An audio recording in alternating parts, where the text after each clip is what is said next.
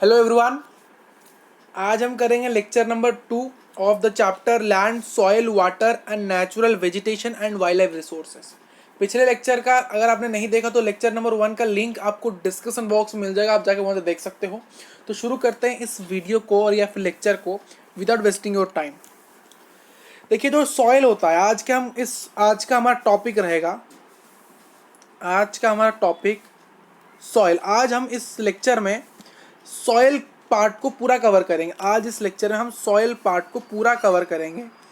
Soil का formation जानेंगे कैसा होता है, सॉइल का डिग्रेडेशन जानेंगे कैसा होता है, सॉइल को कंजर्व कैसे करेंगे ये जानेंगे। 3 मेन फैक्टर्स और मेन इंपॉर्टेंट पॉइंट्स है इस सॉइल से रिलेटेड। तो शुरू करें आपके सॉइल को, तो शुरू करते हैं। देखिए सॉइल, देखिए जो सॉइल होता है, देखिए ये अगर अर्थ का सतह है, मान लो इसको मैं मानता हूँ अर्थ का सतह, यानी ये अर्थ का लेयर है, ये अर्थ लेयर। तो अर्थ के सतह को हम प्यार से क्रस्ट भी कहते हैं, अर्थ के सतह को हम प्यार से क्रस्ट भी कहते हैं।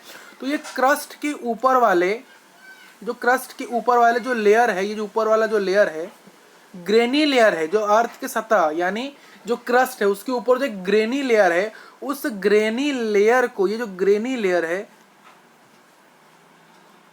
इस ग्रेनी लेयर को हम सॉइल कहते हैं। क्या कहते हैं? इसे हम सॉइल कहते हैं। क्लियर? देखिए सॉइल किस किस चीज से बना है। देखिए सॉइल बेसिकल 3 चीजों से बना है। सबसे पहले सॉइल बना है वेदर्ड रॉक से, सेकेंड मिनरल से, the third one is organic matter. इन 3 चीजों से मिलकर हमारा सॉइल बनता है, ऑर्गेनिक मैटर से, मिनरल से और वेदर्ड रॉक से। देखिए किस प्रकार का लैंडफॉर्म है। देखिए लैंडफॉर्म डिसाइड करता है कि सॉइल की टाइप क्या होगी। इसका इस पॉइंट का अर्थ क्या है समझिए। देखिए लैंड सॉइल कहता है, देखिए अगर लैंड प्लेट्यू है तो प्लेट्यू में सॉइल का टाइप अलग, प्लेन में सॉइल का टाइप अलग, अगर माउंटेन्स है तो माउंटेन्स में भी सॉइल का टाइप अलग होता है।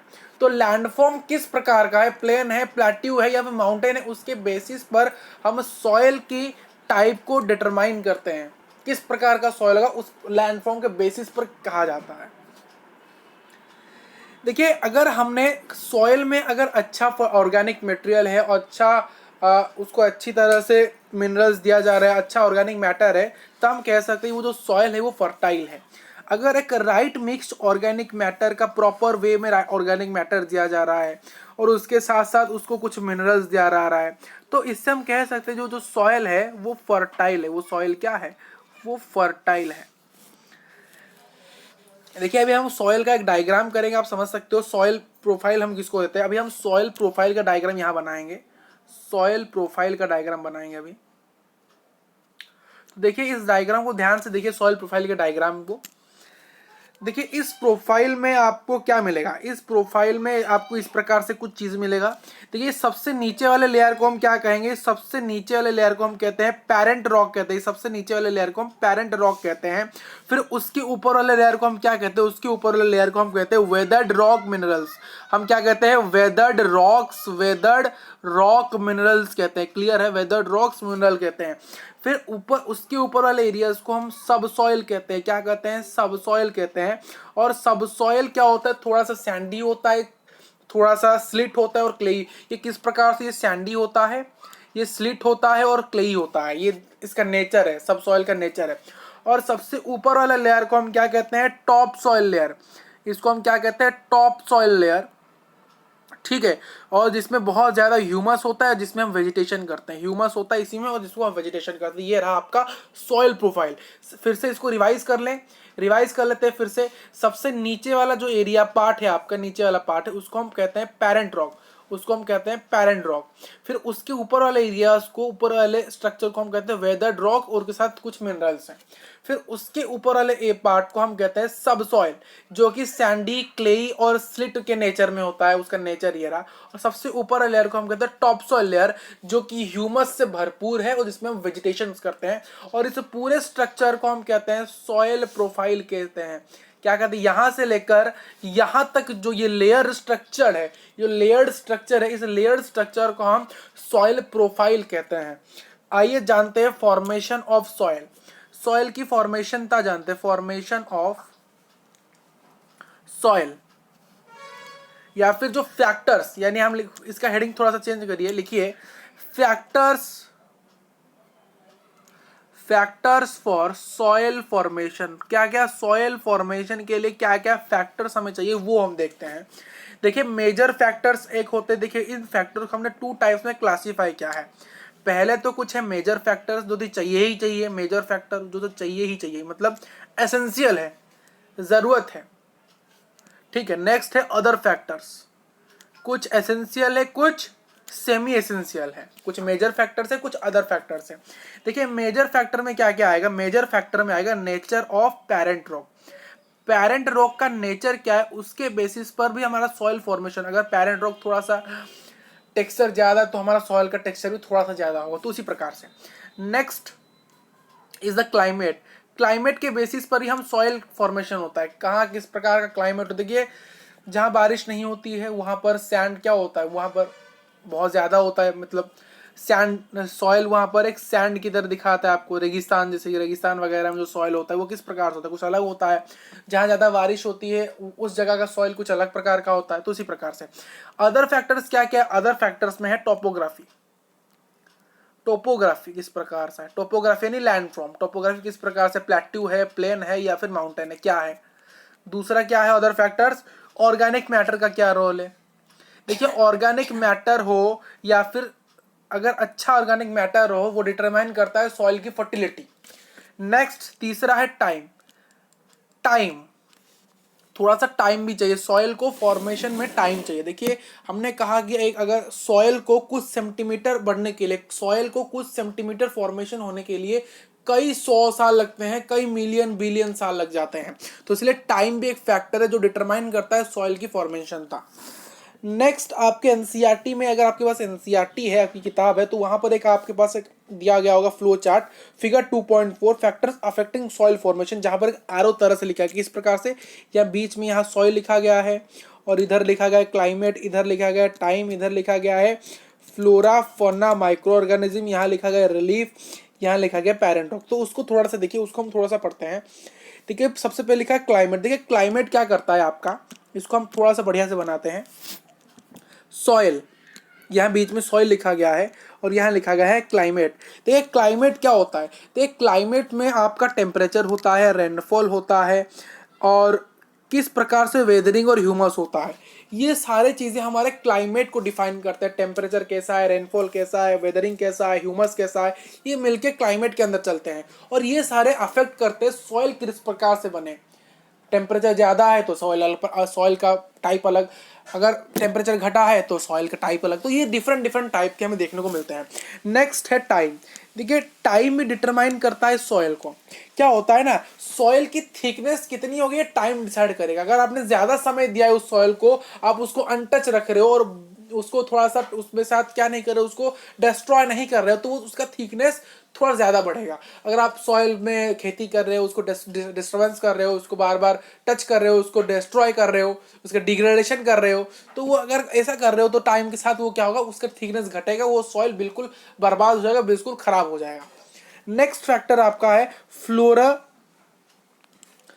फना micro organism. Flora fauna and micro, ये कैसे डिटरमाइन करते हैं, देखिए रेट ऑफ ह्यूमन फॉर्मेशन। देखिए सॉइल को अच्छा सॉइल बनाने के लिए, हमें अच्छा सॉइल बनाने के लिए ह्यूमंस की जरूरत है। ह्यूमस, ह्यूमस क्या है, एक ऑर्गेनिक पदार्थ है जो कि हम यूज करते हैं सॉइल की फर्टिलिटी को बढ़ाने में। तो अगर ह्यूमस अच्छा है तो फ्लोरा फोना वहां आएंगे, तो सॉइल की फर्टिलिटी ही बढ़ेगी भाई साहब। नेक्स्ट फैक्टर है रिलीफ। रिलीफ क्या है, हाई अल्टीट्यूड, अल्टीट्यूड की यानी हाई अल्टीट्यूड या फिर हाई एरियाज वाले जगह को हम रिलीफ कहते हैं। जैसे कि माउंटेन वगैरह हो गया भाई साहब, जो माउंटेन वगैरह है उन माउंटेन्स में जो सॉइल का टाइप वो थोड़ा सा डिफरेंट रहता है। रिलीफ यानी high slope areas, high altitude areas, जहाँ पर क्या होता है सॉइल का अकोमोडेशन थोड़ा सा अलग होता है, तो ये भी डिटरमाइन करता है सॉइल का फॉर्मेशन।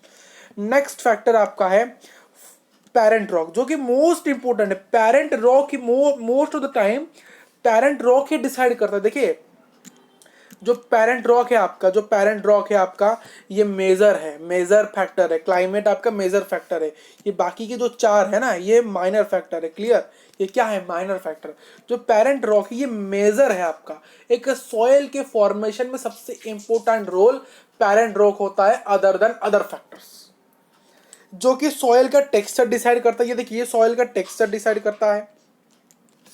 लिखिए आप मेरे से, ये सॉइल का टेक्सचर डिसाइड करता है, ये सॉइल का केमिकल प्रॉपर्टी डिसाइड करता है, ये सॉइल के मिनरल्स डिसाइड करता है, ये सॉइल के कंटेंट डिसाइड करता है, ये सॉइल की परमेबिलिटी डिसाइड करता है। सॉइल की परमेबिलिटी कितना होगा, कंटेंट कितना होगा, टेक्सचर कितना होगा, ये सभी डिसाइड करने का स्टेज आता है हमारे प्यारे से पेरेंट रॉक के पास। क्लियर? ये आपको फैक्टर्स क्लियर हो गए? ठीक। आइए देखते हैं डिग्रेडेशन। अभी हम देखेंगे डिग्रेडेशन, अभी देखेंगे डिग्रेडेशन। देखिए डिग्रेडेशन ऑफ सॉइल, हमने ऐसे लैंड डिग्रेडेशन पढ़ा था, उसी प्रकार से सॉइल की भी डिग्रेडेशन होती है। देखिए soil erosion and soil depletion. देखिए जो सॉइल इरोजन होता है, सॉइल इरोजन हो गया, सॉइल इरोजन हो गया, या फिर सॉइल डिफ्लेशन हो गया, ये जो दो मेन कारण है ना, ये जो दो चीजें हैं, ये जो दो चीजें हैं, ये मेजर थ्रेट्स है। ये मेजर थ्रेट्स है हमारे सॉइल को, यानी सॉइल को सॉइल इरोजन से, सॉइल डिप्लेशन से ज्यादा खतरा है। क्या क्या फैक्टर्स है? देखिए factors of soil degradation. Soil degradation के कारण क्या, या फिर क्या क्या फैक्टर्स हैं हमारा सॉइल डिग्रेड होता है, वो आप एक एक करके देखिए। सबसे पहला फैक्टर है डिफॉरेस्टेशन। हम पेड़ों की कटाई कर रहे हैं, तो पेड़ों को काटने से क्या हो रहा है? सॉइल खराब हो रहा है, सॉइल डिग्रेड हो रहा है।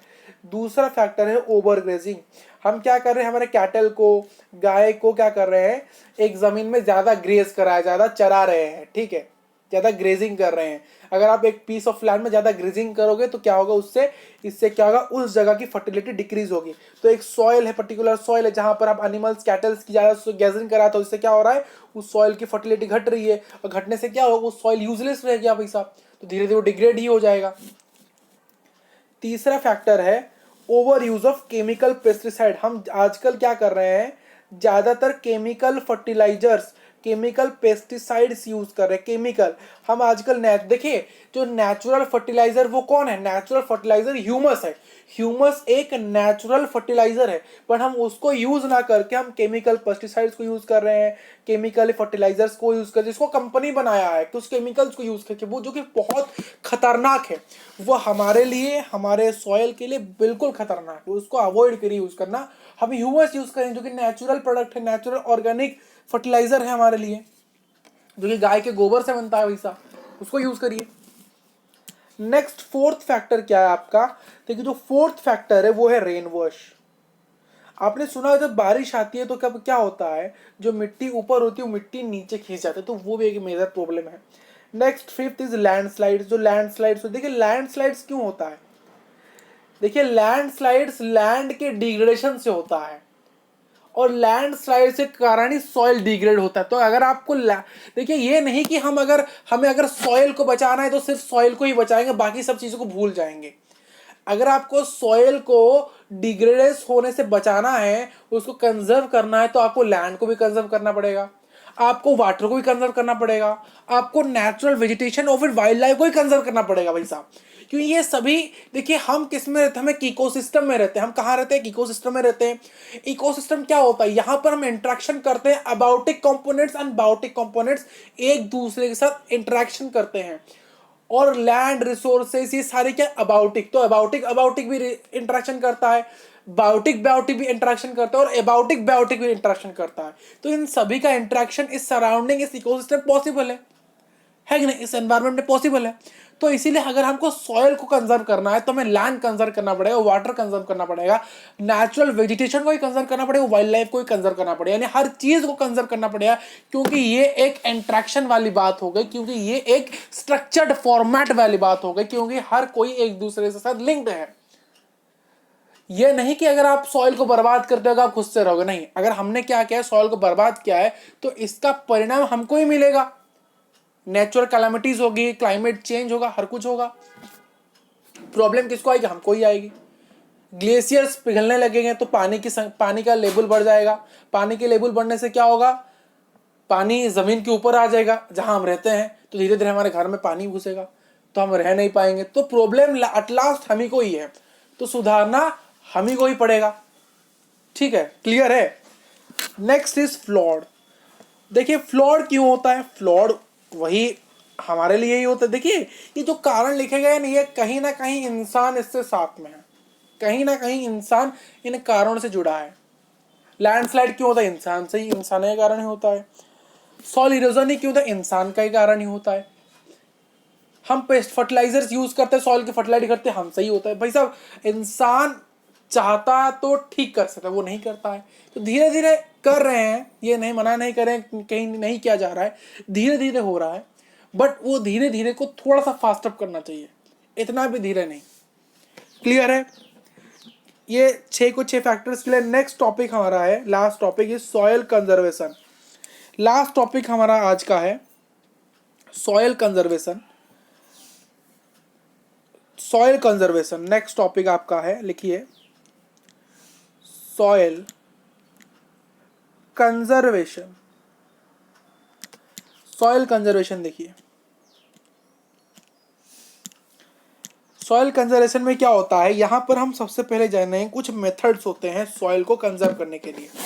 वो आप लिख सकते हो मेथड्स ऑफ सॉइल कंजर्वेशन। क्या क्या मेथड्स है? सबसे पहला मेथड है मल्चिंग। नेक्स्ट मेथड है आपका रॉक डैम। नेक्स्ट मेथड है आपका रॉक डैम। थर्ड मेथड है आपका टेरास फार्मिंग। लास्ट मेथड है आपका इंटरक्रॉपिंग। नेक्स्ट है इंटरक्रॉपिंग।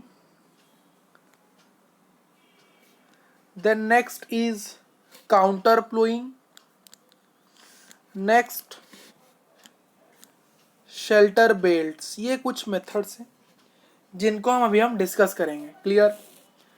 तो कैसे डिस्कस करेंगे? देखिए सबसे पहले डिस्कस करते हैं मल्चिंग को। सबसे पहले डिस्कस इसको करेंगे मल्चिंग को। आइए मल्चिंग देखते हैं। मल्चिंग में क्या होता है? ये सब मेथड्स है जिसको हम सॉइल कंजर्व कर सकते हैं, इसको डिग्रेड होने से बचा सकते हैं। तो सबसे पहला मेथड है आपका मल्चिंग। मल्चिंग मल्चिंग में क्या होता है? देखिए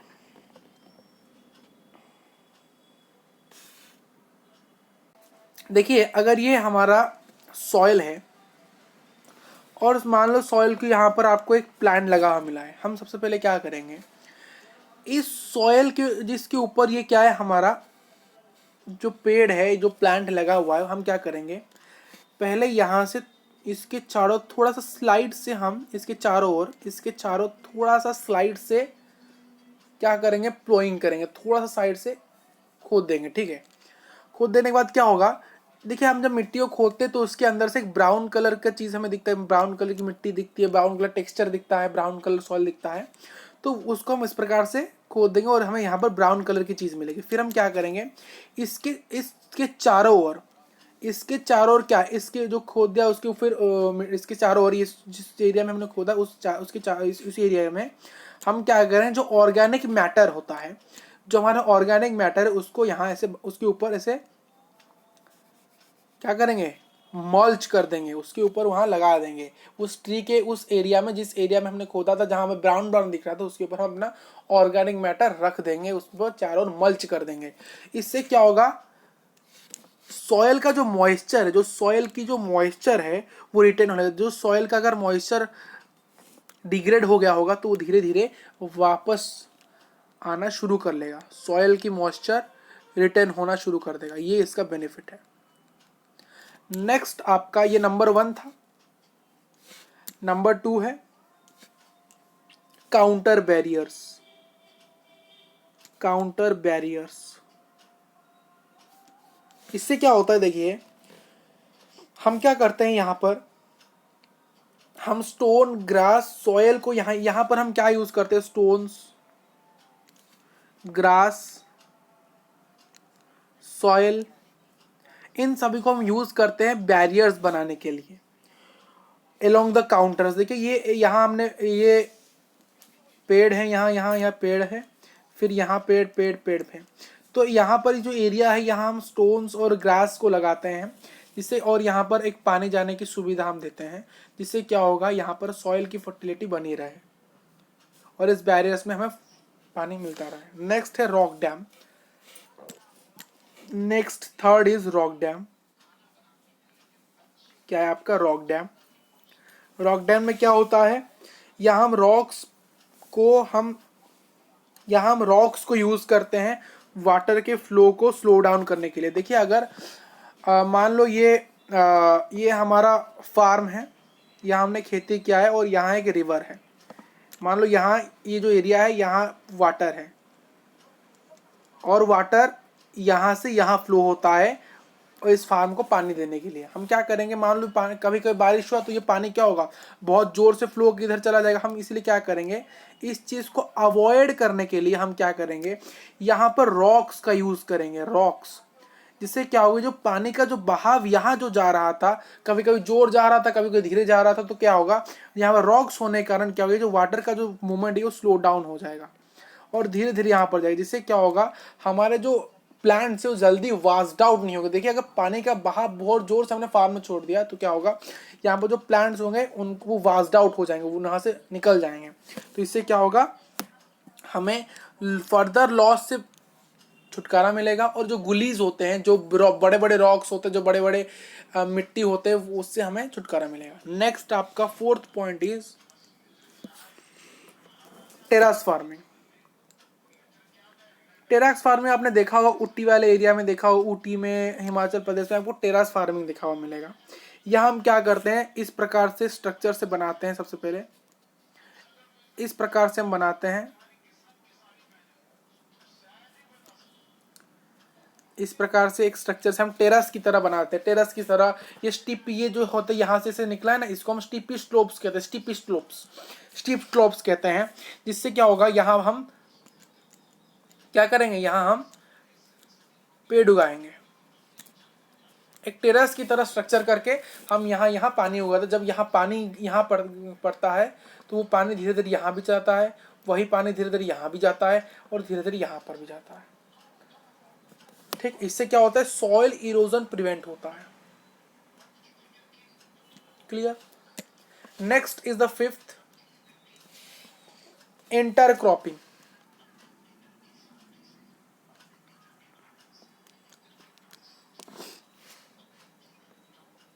यहाँ क्या होता है, देखिए हमने एक ये हमारा जमीन है, यहाँ हमने छोटे छोटे पेड़ों को लगाया, छोटे छोटे पौधों को लगाया।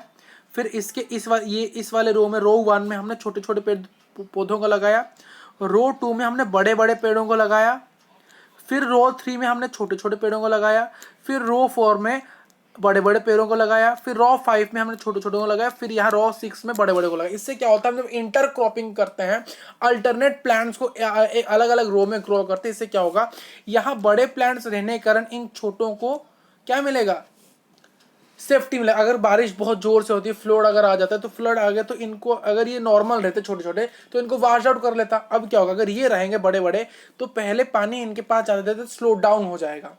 तो इससे क्या होगा, सॉइल इरोजन बचेगा और सॉइल रेन वॉश से बच जाएंगे। Number 6, counter ploughing. Counter ploughing ये क्या होता है भाई साहब, काउंटर प्लोइंग होता है ploughing parallel to contours of a hill slope to form a natural barrier. देखिए ये हमारा क्या है, पेड़ है, ये सॉरी माउंटेन है, और ये फिर माउंटेन है। माउंटेन के इस बीचों बीच हम एरिया में क्या करेंगे, प्लोइंग करेंगे और यहीं पर हमारा फार्मिंग करेंगे। ये जो हमारा माउंटेन है, इस माउंटेन इसी साइड एरिया में हम क्या करेंगे, प्लोइंग करेंगे इस वाले एरियाज में, इस वाले एरिया में। तभी कि इससे क्या होगा, हमें एक नेचुरल बैरियर मिल रहा है जो कि माउंटेन। ठीक, और इससे क्या होगा, वाटर का फ्लो जल्दी नहीं आएगा, स्लो डाउन हो जाएगा, सॉइल इरोजन नहीं होगा, सॉइल डिग्रेडेशन नहीं होगी, डिप्रेशन नहीं होगा।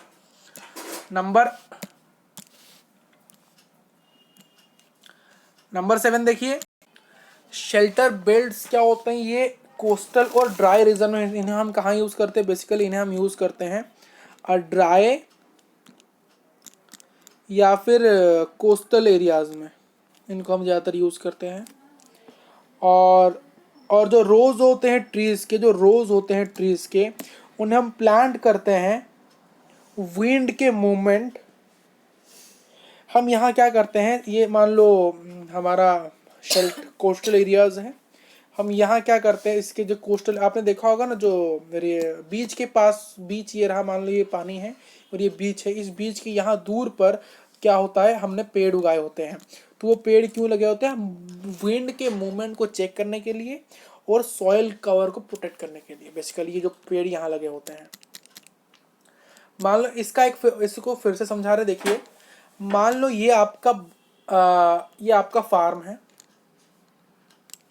और यहाँ मान लो क्या है, वो बीच के किनारे आपका फार्म है, और ये मान लो क्या है, ये ओशन है, समुद्र है, और ये बीच है।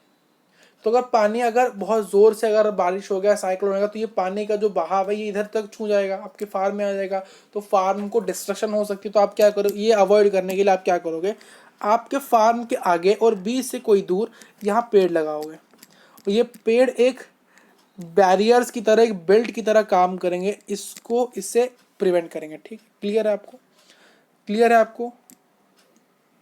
ठीक है, तो मिलते हैं नेक्स्ट क्लास में। तब तक के लिए थैंक यू। और नेक्स्ट लेक्चर नंबर 3 होगा आपकी वाटर के ऊपर। ठीक है, तो thank you for watching this video.